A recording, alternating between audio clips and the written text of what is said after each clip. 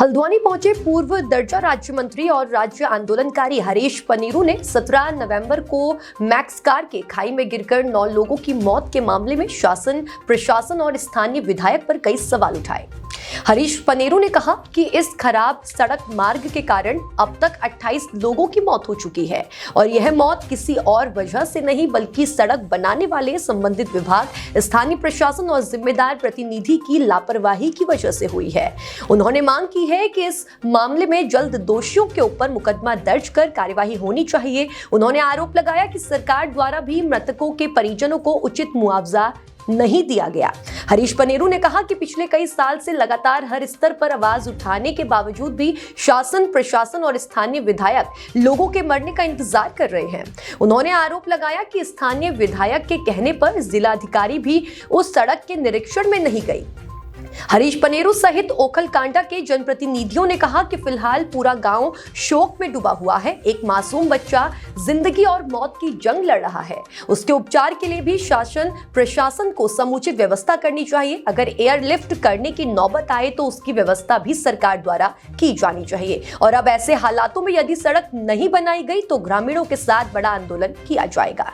देखिए, उसमें अब तक लगभग 28 लोगों की मौत हो चुकी है। सरकार को लगातार जिम्मेदार अधिकारियों को, जिम्मेदार जनप्रतिनिधियों को जगाने का काम किया गया, लेकिन हमेशा पिछड़े क्षेत्र की जनता की आवाज़ को दबाया गया।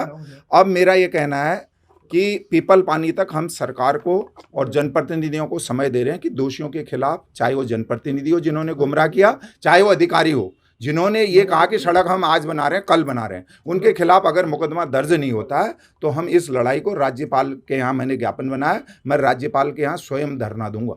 इस गांव को ये मौत के जिम्मेदार सरकार, शासन, प्रशासन, ये खूनी लोग हैं। ये मैं कहना चाहता हूँ, निर्भीक होकर कहना चाहता हूँ कि जिसका घर जल गया, जिसका घर बर्बाद हो गया, जिसके यतीम बच्चे यतीम हो गए, जिसके घर के 4-4 लोग चले गए, उनके दर्द में ये कहा जाता कि हमें कोई फर्क नहीं पड़ता।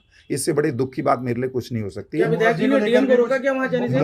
मुआवजे को लेकर यह है कि जब हल्द्वानी किसी भाई के हमारे टेंट हाउस में दुर्घटना होती है उसको 4 लाख मिलते हैं और हमारे को भी 4 लाख देने की घोषणा एसडीएम ने मेरे सामने दबाव के बाद जनता के जनाक्रोश को देखते हुए किया था। तो वो 4 लाख न देकर 2 लाख रुपए वहां दे दिए गए और 2 लाख रुपए अब बार्गेनिंग करेंगे कि तुम मुझे पक्का वोट दोगे तब तुम्हें 2 लाख मिलेगा। अभी भी सड़क की स्थिति क्या है? सड़क मैं आपके सामने जो पिछले जिसमें 5 लोग पिछली बार मर गए थे, वो सड़क का मलबा आज तक नहीं हटा और वो सड़क अभी फिर दुर्घटना को दावत दे रही, क्योंकि शासन ये कहेगा अब हम डामर अब जाड़ों में नहीं कर सकते।